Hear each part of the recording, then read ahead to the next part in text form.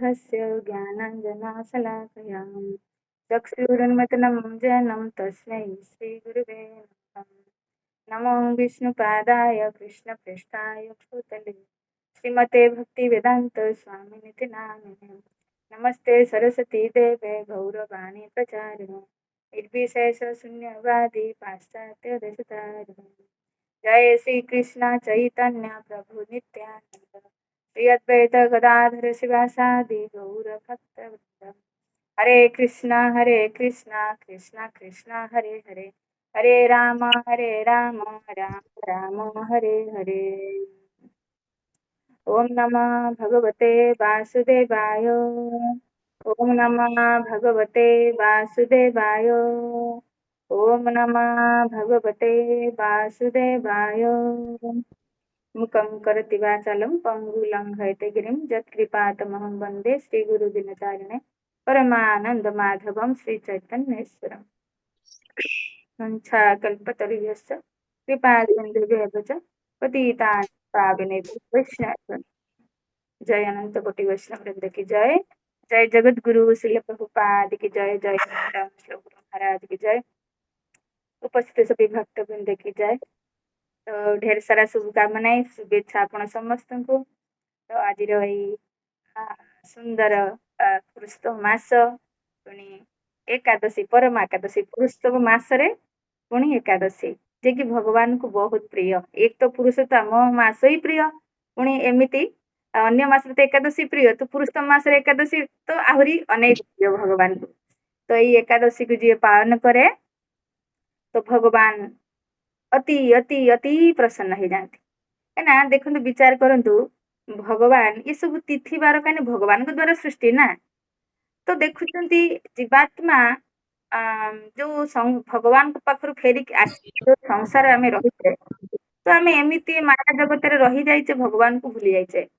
तो से जदि मास सारा भी आम भगवान को स्मरण करूने देखो जे जगत रोचे जार प्रकाश नौचे जार खाद्य खाऊे पानी पीऊे कि आम चिंता भी करूने विचार भी करूने विषय मोर समय ना कहारी पाखे। तो से भगवान ठीक अच्छे मसरे दी थर तो कर 15 दिन को थे। तो 15 दिन को थे भी जदि तुम मत स्मरण कर पूरा बाकी 15 दिन जो आसी 15 दिन तुम जो पाप कर जो मत स्मरण करना तुमको सब क्षमा करदेमी। आउ जो 15 दिन भीतर जो पाप कर पाप रू भी तुमको मुक्त करदेमी। आ गोटे दिन भगवान को बासर हरिवासर कहते ना एकादशी तो एकादशी मत खाली स्मरण कले मु तुमको मोर दिव्य धाम मोर वास्तविक जो प्रेम तुमको प्रदान करी। तो यदि न करवा तो जमी नारद मुनि एटा कहते वशिष्ठ मुनि को बहुत सुंदर गोटे श्लोक नारद पुराण रे जे तावत पापानि देह अस्मिन् तिष्ठन्ति मनुजात तावत सेते पर्यंत मनुष्य भितरे पाप रहिबो केते पर्यंत जावत उपविशजन्तु पद्मनाभ दिनम शुभ। जेते पर्यंत जने पद्मनाभ माने भगवान कर गोटे नाम है पद्मनाभ तो भगवान कर शुभ तिथि को पालन न करे माने एकादशी भगवान कर प्रिय एकादशी को जते पर्यंत जने पालन न करिवो ता हृदय रे जन्म जन्मांतर पाप बास करि आ जने पापी केमिति सुखी हेई पारिवो। तो भगवान आम मानकर कल्याण करने ये सब स्थिति बार देते ठीक अच्छे तुम बाकी 14 दिन तुम भक्ति करना भगवान करना छुआ पिला संसार मजिकी अछ तो कम से कम गोटे दिन तो भगवान कर भक्ति कर। गोटे दिन तो उपमाने निकट बास माने बास करिया गोटे दिन तो भगवान को निकट रे बास कर माने भगवान को स्मरण ये जो नवदा भक्ति श्रवण कीर्तन स्मरण वंदन पूजन जो भी तो नवविधा भक्ति रे गोटे दिन तो लगाओ कहीं जदि आम न करवा तो कौन हम पशिक रहा। तो से भगवान सुंदर प्लानिंग आम एक तो एकादशी दौरान जदि पूरा वर्षे गले 2 वर्ष गले 3 वर्ष को थे गोटे मस एमती आणुंट तो मसटा जब आम भक्ति करते पूरा 3 वर्ष को आम कंप्लीट कर जो पाप करे माने भगवान को भक्ति करने पूरा जीवनटा पूरा वर्ष एमती बीतेचे तो गोटे मसरे भी भक्ति करने तो 3 वर्ष न कर भक्ति पूरा करदे एत भगवान कृपा आम मान प्रति। तो ये जो एमती तो आम 24टा एकादशी आसे किंतु जो अधिक वर्ष पुणी 2टा एकादशी बढ़े है ना। तो गोटे आम गत थर शुणिकी बोले पद्मिनी एकादशी आज एकादशी है परमा एकादशी। तो आज एकादशी महिमा कहते जड़े ब्राह्मण थे बहुत दरिद्र थे ହଁ ତ ସୁମେଧସ କରିକି ତାଙ୍କର ମାନେ ନାଁଟା ଥିଲା। ଆଉ ତାଙ୍କର ଗୋଟେ ପତ୍ନୀ ଥିଲା ପବିତ୍ରା କରିକି। କିନ୍ତୁ ଦି ଜଣ ବହୁତ ଦୁଃଖୀ ଥିଲେ ଯେହେତୁ ଧନ ନଥିଲା ତେଣୁ ଭିକ ମାଗିବାକୁ ପଡୁଥିଲା ତ କେବେ କେବେ ମିଳେ ନାହିଁ ଉପବାସ ଶୁଅନ୍ତି। ଏମିତି କରିକି ଦିନଟା ତାଙ୍କର କଟୁଥାଏ। କିନ୍ତୁ ଦିନେ ତାଙ୍କ ଘରକୁ କୌଣ୍ଡନ୍ୟ ଋଷି ପଧାରିଲେ ମାନେ ଆସିଲେ। ତ ଇଏ ବ୍ରାହ୍ମଣ ଆଉ ବ୍ରାହ୍ମଣ ପତ୍ନୀ ବହୁତ ସୁନ୍ଦର ସ୍ଵାଗତ ସୁସ୍ୱାଗତମ କଲେ। ବ୍ରାହ୍ମଣଙ୍କର ସୁନ୍ଦର ମାନେ ଆତିଥ୍ୟ କଲେ। ତ କୌଣ୍ଡନ୍ୟ ଋଷି ବହୁତ ପ୍ରସନ୍ନ ହେଲେ। ତ ମା ପବିତ୍ରା ଯୋଉ ଥିଲେ ତ ଋଷିଙ୍କ ଚରଣରେ ବସିକି କହିଲେ ଯେ ଆମ ଦୁଃଖର ଆମେ କଣ ଯେମିତି କର୍ମ କରିଥିଲେ ଯିଏ କି ଆମେ ଗଣ୍ଡେ ଖାଇତେ ବି ଠିକ ସେ ଆମକୁ ମିଳୁନି। କଣ ଆମର ପାପ କର୍ମ ଥିଲା। ତ କୌଣ୍ଡନ୍ୟ ଋଷି ବହୁତ ସୁନ୍ଦର କଥା କହିଲେ ଯେ ତମେ ପୂର୍ବ ଜନ୍ମରେ ଯେ ତମେ କେବେ ଦାନ କରିନ। ହଁ ତ ଆମେ ବିଚାର କରିବା ଏଇଟା ଆମେ ଏଇ ଶାସ୍ତ୍ରରୁ ଶୁଣିଲେ ବୁଝା ପଡେ। ଭଗବତ ଗୀତାରେ ଭଗବାନ କୁହନ୍ତି ଯେ ଯଜ୍ଞ ଦାନ ତପଃ ନ ତ୍ୟାଜତ। ये ଯଜ୍ଞ ଦାନ ତପ ପାବନାନି ମନୀଷିଣା। ଇଏ ଯଜ୍ଞ ମାନେ ଆମେ ଯୋଉ ଜପ କରୁଛେ ବା ସଂକୀର୍ତ୍ତନ କରୁଛେ ଇଏ ଯଜ୍ଞକୁ କେବେ ବି ତ୍ୟାଗ କରିବାନି। ଆଉ ତପସ୍ୟା ବ୍ରହ୍ମ ମୁହୂର୍ତ୍ତରେ ଉଠିବା ଶଯ୍ୟାକୁ ତ୍ୟାଗ କରିବା ଇନ୍ଦ୍ରିୟଙ୍କୁ ସଂଯମ କରିବା କିଛି କଳିଯୁଗ ପାଇଁ କିଛି ତପସ୍ୟାକୁ କେବେ ତ୍ୟାଗ କରିବାନି। ଆଉ ଦାନରେ ବି କେବେ ସନ୍ତୁଷ୍ଟ ହବାନି। ଦାନକୁ ବି କେବେ ତ୍ୟାଗ କରିବାନି କାହିଁକିନା ଏଇ ଦାନ ହିଁ ଆମକୁ ଆଗଲା ଜନ୍ମ ଫିକ୍ସ କରେ ଆମକୁ ସୁଖମୟ ବନାଏ। ତ ସେଇ ପାଇଁ ଇଏ ପ୍ରଥା ରହିଛି ଭଗବାନଙ୍କୁ ଯେମିତି କେବେ ତ୍ୟାଗ କରିବେନି। ତ ଇଏ ଦାନ ହିଁ କରିନଥିଲେ। ତ କୌଣ୍ଡନ୍ୟ ଋଷି ତାକି ତାଙ୍କର ଭବିଷ୍ୟ ଦେଖି କହିଲେ ତମେ ପୂର୍ବ ଜନ୍ମ କେବେ ଦାନ କରିନ ସେଇ ପାଇଁ ଆଜି ଦୁଃଖୀ ଖାଇତେ ପାଉନ।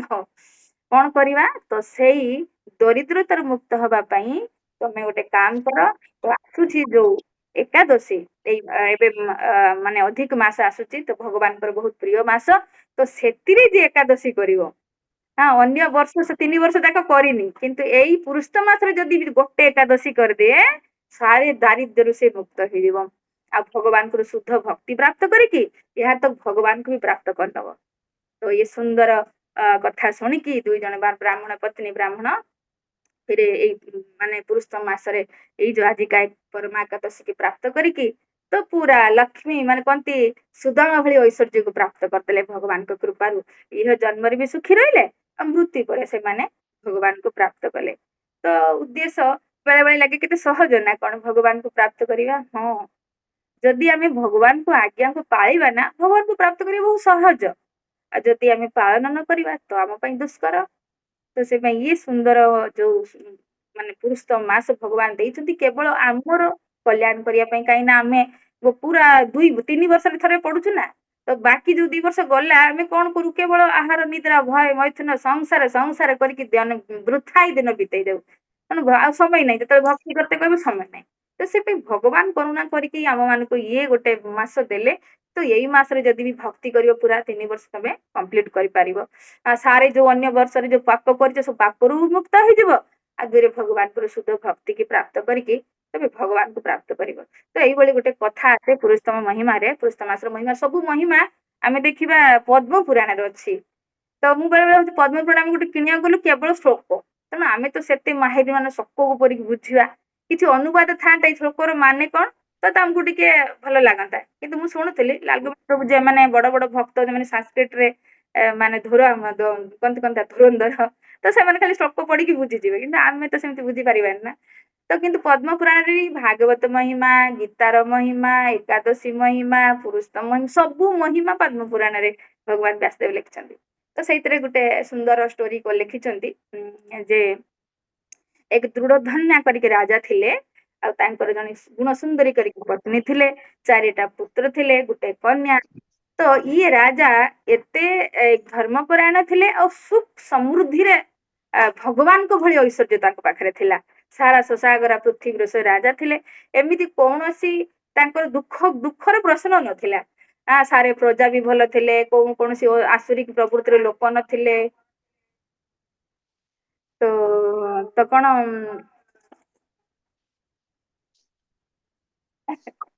ତ ଇଏ କଣ ହୁଏ ଇକୋ ହେଇଯାଏ ପ୍ରଭୁ ଏଇଠି କହିଲେ ଏସିରେ ଟିକେ ବସିକି ମୁଁ ବି ଶୁଣି ଏଇଠି ବି ଶୁଣି ପାରିଥାନ୍ତି। ଠିକ ଅଛି ସରି। ତ ଇଏ ରାଜା ବହୁତ ସୁନ୍ଦର ଜୀବନ ଯାପନ କଲା ପରେ ଯେତେବେଳେ ବାର୍ଦ୍ଧକ୍ୟ ଉପସ୍ଥିତ ହେଇଛନ୍ତି ଦିନେ ରାତିରେ ଶୋଇକି ନିଦ ଭାଙ୍ଗି ଯାଇଛି 3ଟା 3:30 ହବ ବିଛଣାରେ ଶୋଇଛନ୍ତି ଭାବୁଛନ୍ତି ମୁଁ କଣ ପୁଣ୍ୟ କରିଥିଲି ଗତ ଜନ୍ମରେ ଯେ ଇଏ ଜଗତର ତ ଦୁଃଖାଳୟ କିନ୍ତୁ ମୁଁ ଦୁଃଖ ତ ଏହସାସ କରିପାରିଲିନି କେ ଭଗବାନ ତ ମତେ ସବୁ କିଛି ଏତେ ସୁନ୍ଦର ପତ୍ନୀ ଦେଇଛନ୍ତି ହଁ ଯୋଉ ପତିବ୍ରତା ନାରୀ ଯୋଉ ସବୁ ମାନେ ସେଇନେ ଗୁଣ ସୁନ୍ଦରୀ ଏକ ତ ସୁନ୍ଦରୀ ଥିଲେ ଆଉ ସାରେ ସଦ୍ଗୁଣରେ ଭରି ଥିଲେ ଆଉ ଦୁଇରେ ପୁତ୍ର ମାନେ ବି ଆଜ୍ଞାକାରୀ ପ୍ରଜା ମାନେ ଆଜ୍ଞାକାରୀ ଦାସ ଦାସୀ ଆଜ୍ଞାକାରୀ ଆଉ ସମସ୍ତେ ଯୋଉ ବ୍ରାହ୍ମଣ ମାନେ ଥିଲେ ସମସ୍ତେ ଭଲ ପାଉଥିଲେ ଋଷି ମୁନି ତାଙ୍କ ଘରକୁ ଆସୁଥିଲେ ସବୁ କିଛି ସବୁ ଠିକ ଚାଲିଥିଲା କିନ୍ତୁ ଇଏ ଯୋଉ ସମୃଦ୍ଧି ମୋର ତ ସରି ଆସିଲା ସ୍ୱାମୀ ତ ସରି ଆସିଲା ମତେ ତ ଏଠୁ ଯିବାକୁ ପଡିବ ତ ଫିର ଆଗଲା ଜୀବନ ମୁଁ କଣ କରିଥିଲି ଯାହା ଦ୍ୱାରା କି ମତେ ଏତେ ସମୃଦ୍ଧି ମିଳେ ସେଟା ଜାଣିଥିଲେ ସିନା ଆଉ ଥରେ କରିଥାନ୍ତି ଆଗ ଜନ୍ମକୁ ମୋ ପାଇଁ ଏଇଟା ଠିକ ହେଇଥାନ୍ତା କିନ୍ତୁ ମୁଁ ତ ଜାଣିନି ମତେ କହିବ କିଏ କେତେ ବଡ କଥା ନା ଏଇଟା ଆମ ସମସ୍ତଙ୍କର ଆସିବା ଦରକାର ଯଦି ଆମେ ଏ ଜୀବନରେ ସୁଖୀ ଅଛେ ତମ ପ୍ରଶ୍ନ ଆସିବା ଦରକାର ମୁଁ କଣ କରିଥିଲି ଗତ ଜନ୍ମରେ ତ ମୋ ଆଗଲା ଜୀବନ ଆମେ ଦେଖୁଛେ କେତେ ଦୁଃଖୀ ଘରେ ଜନ୍ମ ହେଇଛନ୍ତି ଖାଇତେ ପାଉନାହାନ୍ତି ପଶୁ ପକ୍ଷୀ କଣ ସେମାନେ କର୍ମ କରିଥିଲେ ସେଇ କର୍ମଟାକୁ ଆମେ ଜାଣିବା ଦରକାର ଯେ କୋଉ କର୍ମରେ ଆମେ ସୁଖୀ ଓ କୋଉ କର୍ମରେ ଦୁଃଖୀ ତ ଯେତେବେଳେ ଜିଜ୍ଞାସା ଏମିତି ମନରେ ଥାଏ କିନ୍ତୁ କହିବ ବା କିଏ ତ ଦିନେ ସକାଳୁ ଟିକେ ମୃଗିଆ କରିବା ପାଇଁ ଯାଇଛନ୍ତି ତ ମୃଗିଆ କରିକି ବହୁତ ଘନ ଜଙ୍ଗଲ ଭିତରେ ପଶି ଯାଇଛନ୍ତି ବହୁତ ଶୋଷ ଲାଗିଛି ତ ଗୋଟେ ପୁଷ୍କରିଣୀ ଦେଖି ପାଣି ପିଇଛନ୍ତି ଗଛ ତଳେ ରେଷ୍ଟ କରୁଛନ୍ତି ତ ଏଇ ସମୟରେ ବିଶ୍ରାମ କରୁଛନ୍ତି ତ ଏଇ ସମୟରେ ଗୋଟେ ଶୁକ ପକ୍ଷୀ ଆସିକି ସେ ଗଛ ଡାଳରେ ବସିଲା ହେଲା ବସିକି କଣ କଲା ବସି ଯାଇକି ସୁନ୍ଦର ଗୋଟେ ଶ୍ଲୋକ କହିଲା କଣ କହିଲା ଶ୍ଲୋକଟା ଯେ ଦେହ ଅସ୍ଥି ମାଂସ ରୁଧିରେ ଅଭିମତି ତ୍ୟଜତ୍ୱମ୍ ଜାୟା ସୁତା ଆଦିଷୁ ସଦା ମମତା ବିମୁଚ୍ୟ ପଶ୍ୟା ନିଶଂ ଜଗଦୀଶಂ କ୍ଷଣ ଭଙ୍ଗ ନିଷ୍ଠମ୍ ବୈରାଗ୍ୟମ ରାଗ ରସିକ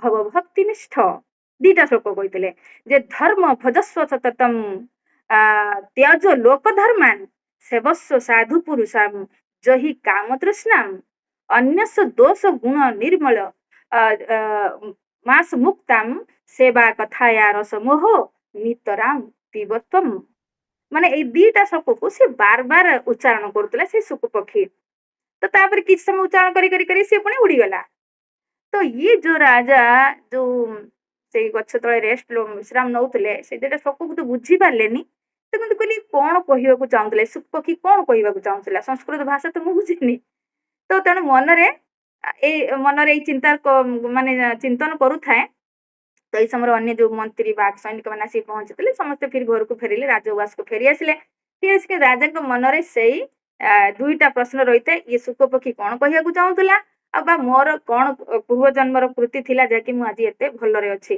ତ ଏଇ ଦିଟା ପ୍ରଶ୍ନ ସବୁବେଳେ ଖପା ରହୁଥିଲେ ମାନେ ଆଉ ତାଙ୍କୁ କିଛି ଭଲ ଲାଗୁନଥିଲା ଯେତେ ପର୍ଯ୍ୟନ୍ତ ଏଇ ଉତ୍ତର ମତେ ନ ମିଳିଛି ତାଙ୍କୁ କିଛି ଭଲ ଲାଗୁନଥିଲା ତ ସୌଭାଗ୍ୟବଶ ଯେହେତୁ କହନ୍ତି ନା ସତ୍ ଇଚ୍ଛା ଯଦି ହୃଦୟରେ ଥାଏ ତ ଭଗବାନ ସଦଗୁରୁ ପଠେଇ ଦିଅନ୍ତି ତ ସେଇଭଳି ତାଙ୍କ ରାଜଉଆସକୁ ଆସିଲେ ବାଲ୍ମୀକି ଋଷି ହେଲା ଯେ ବାଲ୍ମୀକି ଋଷି ଭଗବାନ ରାମାୟଣର ରଚିତା ତ ଆସିକି ପହଞ୍ଚିଲେ ତ ବହୁତ ସୁନ୍ଦର ଯୋଉ ଦୃଢଧନ ରାଜା ବହୁତ ସୁନ୍ଦର ସତ୍କାର କରିଛନ୍ତି ତାଙ୍କର ପୂଜା ଅର୍ଚ୍ଚନା କରିକି ତାଙ୍କୁ ସୁନ୍ଦର ବିଶ୍ରାମ କରେଇକି ତ ତାଙ୍କ ଚରଣକୁ ଦବଉ ଏବେ ଏଇ ମନରେ ଯୋଉ ଜିଜ୍ଞାସା ସେଇଟା ସେ ପଚାରିଛନ୍ତି ଯେ ମୁଁ ଯଦି ଆଜି ଏତେ ସୁଖରେ ମାନେ ଦୁଃଖାଳୟ ଜଗତରେ ମୁଁ ଏତେ ସୁଖରେ ଅଛି ତାର କାରଣ କଣ ମୁଁ କଣ କରିଥିଲି ଗତ ଜନ୍ମରେ ତ ଫିର କିଛି ସମୟ ଚିନ୍ତନ କଲେ କାହିଁକି ନା ଭବିଷ୍ୟ ଦ୍ରଷ୍ଟା ଥିଲେ ଭୂତ ଭବିଷ୍ୟ ବର୍ତ୍ତମାନ ଦେଖି ପାରୁଥିଲେ ନା ବାଲ୍ମୀକି ଋଷି ତ ସେ ଚିନ୍ତନ କଲେ ଦେଖିଲେ କଣ କରିଥିଲା ତ ଫିରି ଦେଖିଲେ ଯେ ପୂର୍ବ ଜନ୍ମରେ ସୁଦେବ ନାମକ ଇଏ ବ୍ରାହ୍ମଣ ଥିଲେ ଆଉ ଗୌତମୀ ନାମକ ତାଙ୍କର ପତ୍ନୀ ଥିଲା ଆଉ ସେ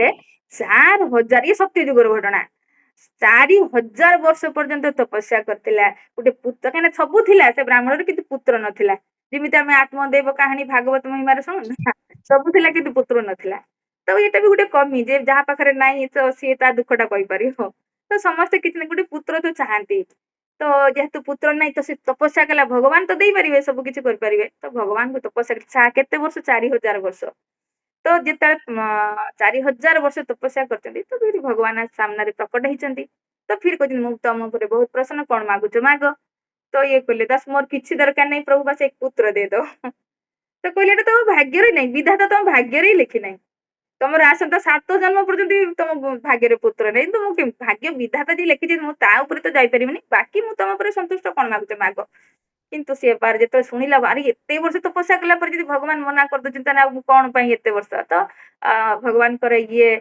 ମାନେ ହତୋତ୍ସାହିତ ବାଣୀ ଶୁଣିକି ଧଡ଼ାମ କି ଅଚେତ ହେଇକି ପଡିଗଲା ତ ଯୋଉ ମାନେ ଗରୁଡ ପିଠିରେ ବସିଥିଲେ। ଗରୁଡ ତ ଭକ୍ତ ନା, ତାଙ୍କୁ ଦୁଃଖ ଲାଗିଲା, ବିଚାରା ଏତେ ତପସ୍ୟା କରୁଛି, ଭଗବାନ ଦେବେନି ନା। ଠିକ ଅଛି, ତମେ ଯଦି ନ ଦେବ ତାହେଲେ ମୁଁ ଦେଇଦେବି। ଠିକ ଅଛି, ତମ ପାଖରେ ତମେ ଦିଅ।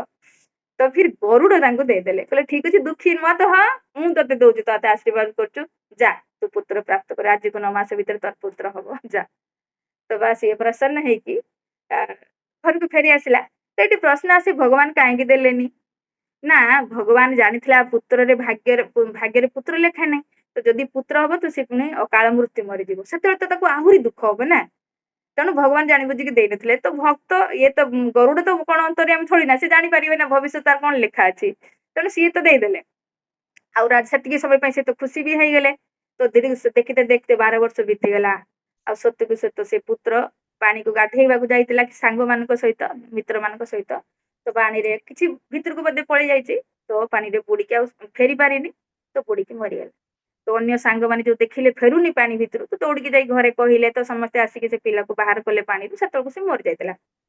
ବାସ୍ ଇଏ ଯୋଉ ସୁଦେବ ବ୍ରାହ୍ମଣ ଆଉ ଗୌତମୀ ମା 2 ଜଣ, ଆଉ ସେ ପୁତ୍ରକୁ କୂଳରେ ରଖିକି ଯେ କାନ୍ଦିଛନ୍ତି, କି ସୁନ୍ଦର ସୁନ୍ଦର ସ୍ତୁତି କରୁଛନ୍ତି ଭଗବାନଙ୍କୁ, ଯେ ପ୍ରଭୁ ବଞ୍ଚେଇ ଦିଅ ମୋ ଛୁଆକୁ, ବଞ୍ଚେଇ ଦିଅ। ବହୁତ ସୁନ୍ଦର ସ୍ତୁତି ବି ଲେଖିଥିଲେ, ମୁଁ ଲେଖିଛି ବହୁତ ସୁନ୍ଦର। ଗୋବିନ୍ଦ ବିଷ୍ଣୁ ରଘୁନାଥସ୍ୟ ସୀତାପତେ ଦାଶରଥେ ମୁରାରେ ଦୀନାନୁ ଅନୁକମ୍ପିତ ଭଗବାନ ଦୟାଲୁ ମାମ୍ ତ୍ରାହି ମଗ୍ନ ସୁତ ଶୋକବାର୍ଥ।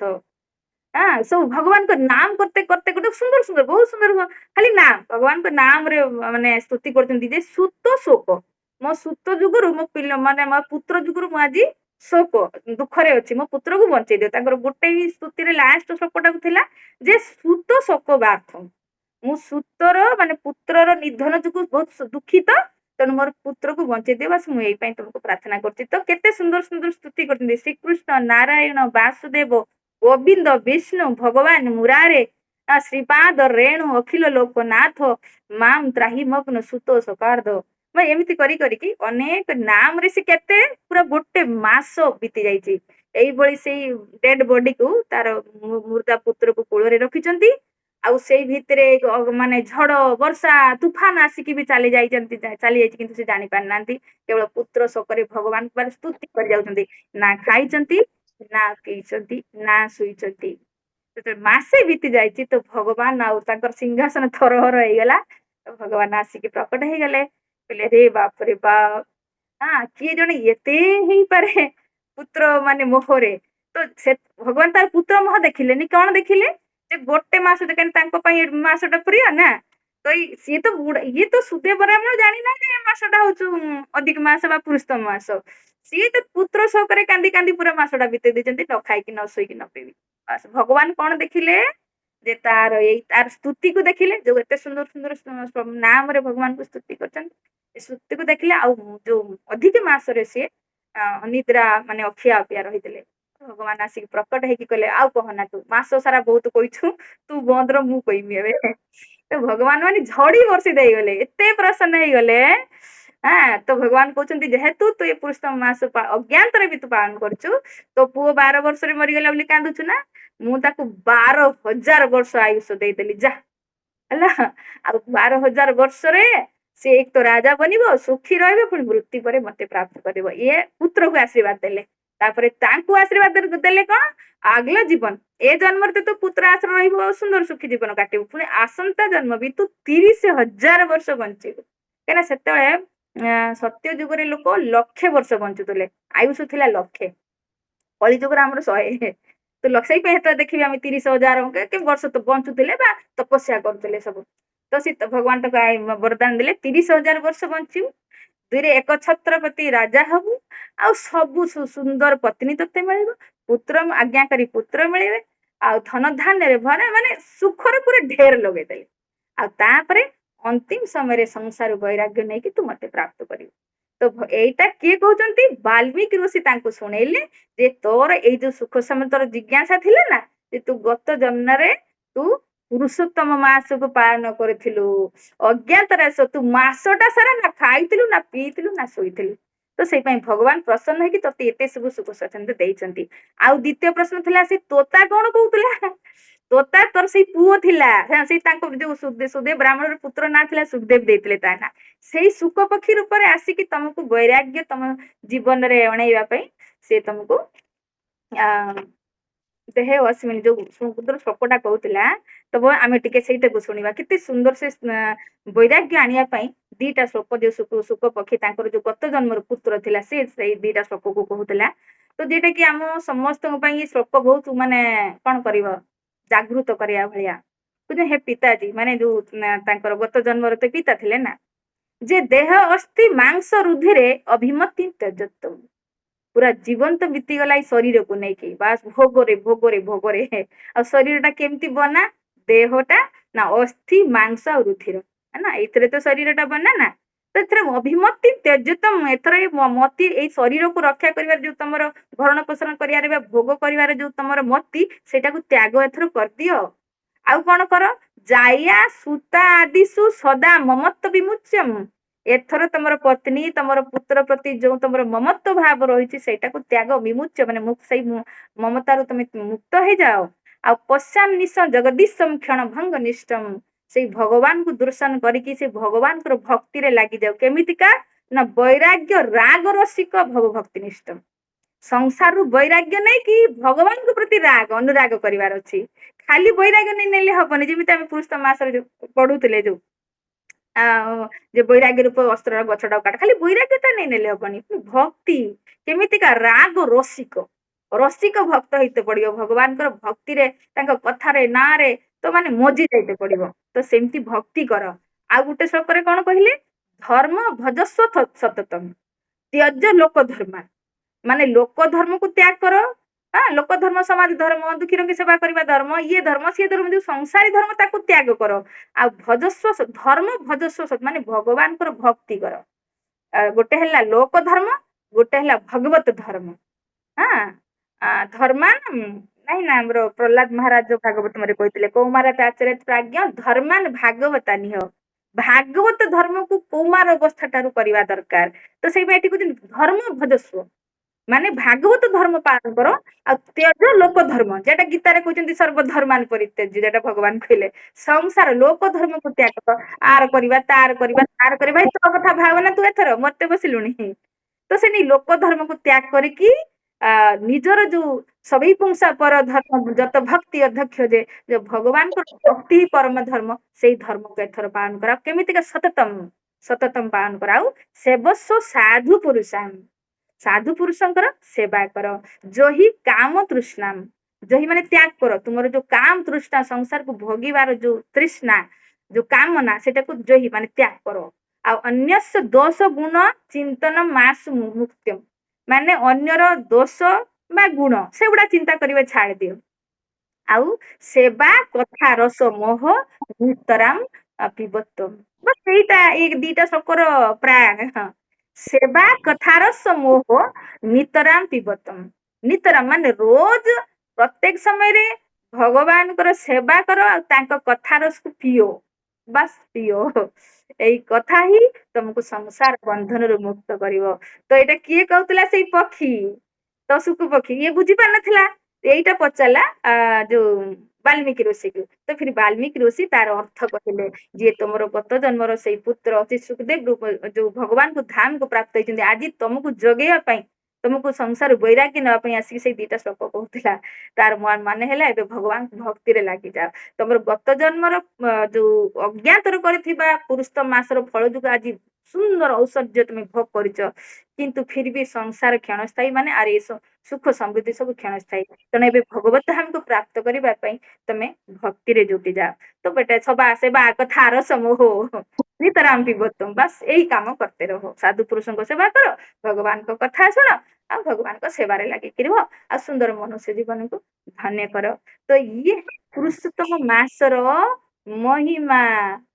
ଯେ ପୁରୁଷୋତ୍ତମ ମାସ ଭଗବାନ ସ୍ୱୟଂ ନିଜ ମୁହଁରେ ଯୋଉ ସୁଦେବ ବ୍ରାହ୍ମଣଙ୍କୁ କହୁଥିଲେ, ଏକମ ଅପି ଉପବାସମ୍ କରତି ଅସ୍ମି, ଯଦି ଏଇ ମାସରେ ଗୋଟେ ଦିନ ବି ଯଦି କିଏ ଉପବାସ କରେ, ଆଉ ସ୍ନାନ ବ୍ରହ୍ମ ମୁହୂର୍ତ୍ତରେ ଯଦି କିଏ ସ୍ନାନ କରେ, ଆଉ ରୋଜ ମାତ୍ର ଦାନମ ଟିକେ ବି ଯଦି କିଛି ଦାନ କରେ, ତ କଣ ତାର ଫଳ ହବ ନା, ସୋ ଅନେକ ଜନ୍ମ ଚରିତ କୋଟି ପାପ ପିଞ୍ଜରମ୍, ଅନେକ ଜନ୍ମର ପାପକୁ ମାନେ କଣତି ନଷ୍ଟ କରିବାରେ ସମର୍ଥ। ଗୋଟେ ଏଇ ମାସରେ ଯଦି ଗୋଟେ ଦିନ ଆମେ ବ୍ରତ ରଖିବା, ଭଗବାନଙ୍କର ଭକ୍ତି କରିବା, ତାହେଲେ କଣ ହବ? ଅନେକ ଜନ୍ମକୁ ହଉଛି। ଯଦି 2-3 ବର୍ଷ ହେଲେ ଆମେ ଭକ୍ତି କରିନେ, ପାପ କରିଛେ ନା, ସେ ତ ତା ପାଇଁ ମାନେ କଣ ଦୁଃଖ। ଅନେକ ଜନ୍ମ କଥା କହୁଛନ୍ତି, ଆମେ ଅନେକ ଜନ୍ମର ପାପକୁ ବି ନଷ୍ଟ କରିପାରିବା। ଆଚ୍ଛା, ଯଦି ମାସ ସାରା କରିବା କଣ ଫଳ ମିଳିବ? କହୁଛନ୍ତି କୃତ୍ୟମ ପୁରୁଷୋତ୍ତମମ୍ ୟତୁ ପୁଣ୍ୟତ ସପ୍ତମ କୁଲମ୍ ବିଧୋୟା ଅଘମ୍ ସହସ୍ରାଣୀ ଜାତି ପରମ ଯାନ୍ତି ପଦମ ପରମ ପଦମ। କଣ କହୁଛନ୍ତି?